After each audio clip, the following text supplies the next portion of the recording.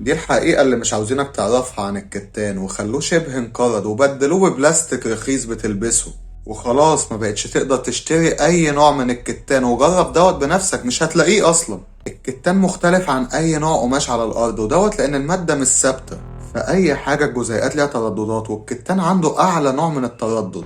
هتقولي يعني ايه اللي بتقوله دوت؟ هقولك ان الكون كله عبارة عن ترددات، والكتان عنده تردد حوالي 5000 هرتز، يعني تقريبا بيتهز 5000 مرة كل ثانية.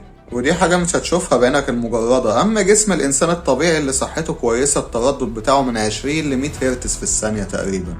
حسب العلم الحديث لما جسم البشر يتلف بالكتان التردد بتاع القماش دوت بيتنقل منه لجسمك، فبتاخد التردد العالي بتاعه دوت بيساعدك تقضي على الأمراض وبيعمل شفاء طبيعي للجسم. لكن الجسم في نطاق تردد ضعيف زي البوليستر اللي بيحصل له الموضوع بيتعكس تماما، بتتعب، بيجيلك أمراض، دايما مجهد وتعبان. وعشان كده زمان اللي هو مش من فترة بعيدة 100 سنة مثلا كانت كل المستشفيات بتستخدم الكتان على السراير، وكمان بيلبسوه للمرضى. لكن مرة واحدة سنة 1930 تقريبا كل دوت اتغير، ومرة واحدة كل ده اتغير وبقى كله بوليستر وقماش مصنع. ودوت بعد ما بدأ برنامج ميد كير في أمريكا، واللي اتبنى عليه نظام الصحة العالمي دلوقتي.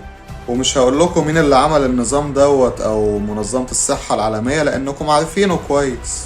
وردهم على منع الكتان ان البوليستر ارخص، لكن هل المنطق بيقول انك تبدل قماش تردده 5000 هرتز بقماش يجيب مرض والتردد بتاعه 15 هرتز بس؟ ده حتى الكتب السماوية كانت دايما تتكلم عن الصوف والكتان، وده كان لبس الأنبياء، وحتى كفن الميت كان من الكتان أو الصوف.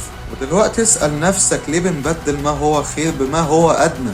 أو أقول لك كل دوت علوم قديمة وكذب؟ روح اسمع كلام العلم الحديث. الفيديو دوت اعتبره للتسلية بس. أشوفكم على خير، سلام.